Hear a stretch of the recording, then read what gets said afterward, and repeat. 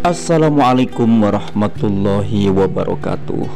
Sahabat, kita sekarang akan berziarah ke makam Syekh Abu Samsudin di Batu Ampar, Madura.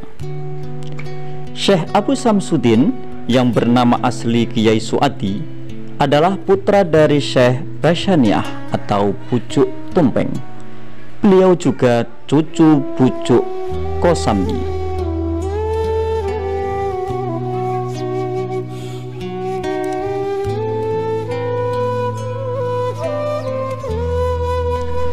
Lokasi pesarian Batu Ampar berada di Desa Pangbatok, Kecamatan Propo, Kabupaten Pamekasan, 15 km dari pusat kota Pamekasan, Madura.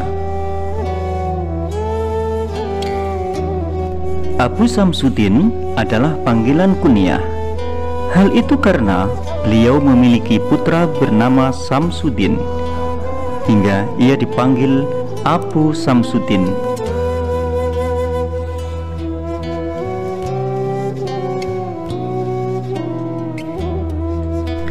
Syekh Samsudin memiliki banyak karomah. Dikisahkan, suatu hari Buyut Sarabi bersama komplotan merencanakan menguji kesaktian Syekh Abu Samsudin. Maka saat bertemu dengan garang, mereka menghunus senjata masing-masing seperti celurit, keris, dan tombak. Namun tiba-tiba aneh, benda itu lenyap, hilang dari rangkanya.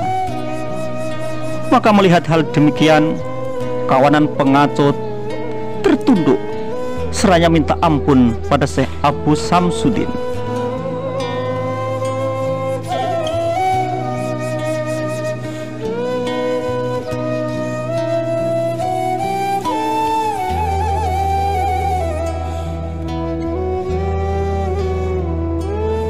Dengan kesabarannya, Syekh Samsudin akhirnya memaafkan mereka. Lalu beliau menunjukkan letak senjata Buyut Sarabi dan pengikutnya berada di kotoran sapi. Dalam bahasa Madura disebut dengan latong.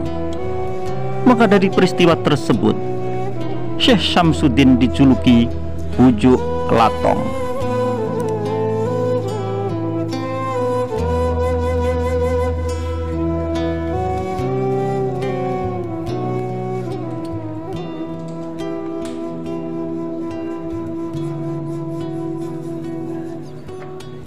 Terdapat versi lain kisah Pucuk Latong.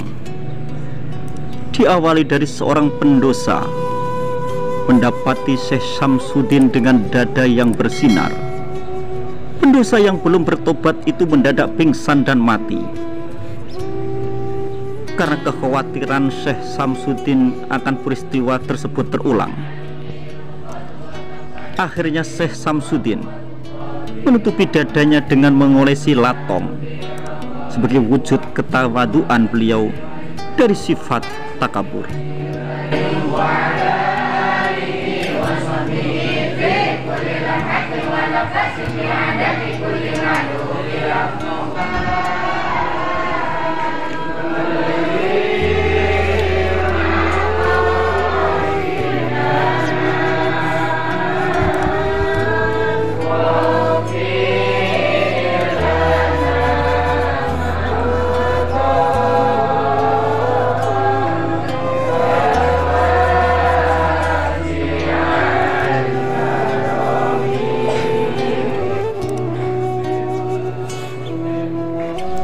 Dikisahkan pula di Pamekasan, Madura, saat itu berdiri kerajaan non-muslim. Raja mendengar tentang kehebatan Syekh Abu Samsudin Batu Ampar. Maka timbul niatan raja untuk melihat karomah yang dimiliki Syekh.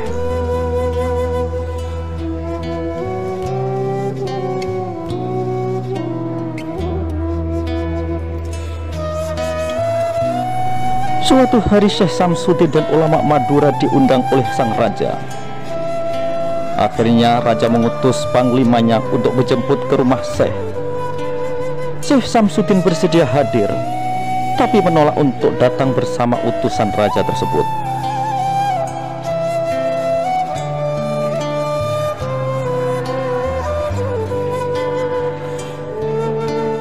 Akhirnya sang utusan pulang tanpa membawa Syekh Syamsuddin.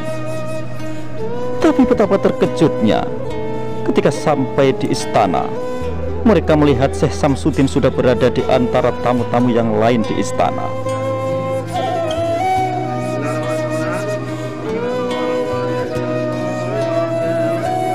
Sebelum ramah tamah dimulai, Syekh Syamsuddin meminta pada para kiai untuk menunggu doa yang beliau panjatkan.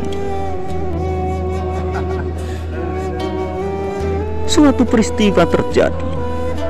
Masakan daging yang sebelumnya tampak lezat itu tiba-tiba berubah menjadi binatang asli sebelum disembelih. Daging babi menjadi babi hidup. Begitu juga dengan daging anjing, daging ayam. Tiba-tiba dia hidup menjelma menjadi binatang utuh.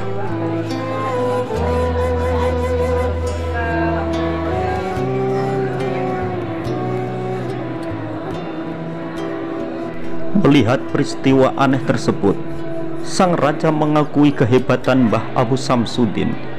Hingga akhirnya sang raja rela memeluk agama Islam dengan bimbingan langsung Syekh Abu Syamsuddin.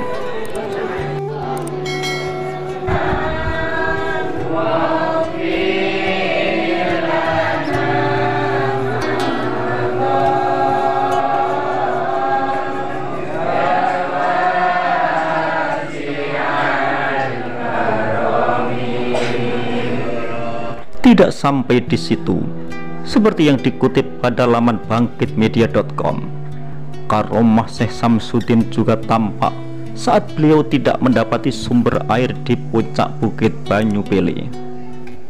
Akhirnya beliau kembali turun ke bawah bukit hingga mendapati aliran sungai yang menyegarkan. Lalu tongkatnya ditancapkan di bibir sumber air, seraya menarik pelan agar air berkenan mengikuti kemana tongkat bergerak.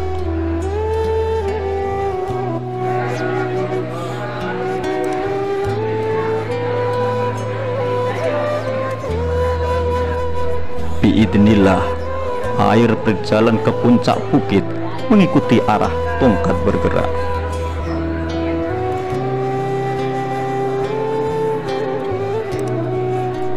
Jika lazimnya air mengalir ke arah yang lebih rendah, tetapi di tempat ini sebaliknya, air justru mengalir ke arah yang lebih tinggi.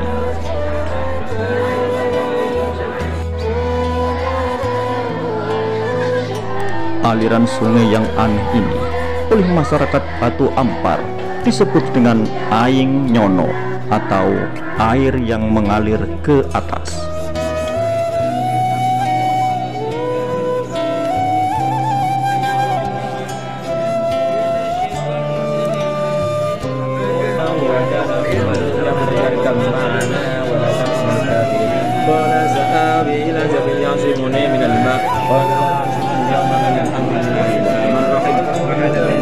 Astana makam Batu Ampar ini tidak pernah sepi dari penziarah.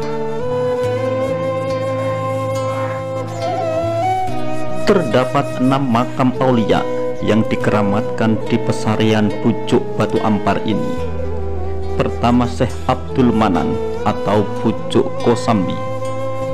Yang kedua, Syekh Basaniah atau pucuk Tumpeng. Yang ketiga, Syekh Abu Syamsuddin atau Syekh pucuk Latong. Yang keempat, Syekh Husain. 5, Syekh Muhammad Romli. Dan yang keenam, Syekh Daman Huri. Lantunan ayat-ayat suci Al-Quran selalu menggema dari bibir para penziarah. Bacaan Al-Quran adalah wirid Syekh Syamsuddin. Maka konon, jika para penziarah yang tawasul dengan menghatamkan Al-Quran di tempat ini, segala hajat dimudahkan oleh Allah Subhanahu wa Ta'ala. Wallahu a'lam.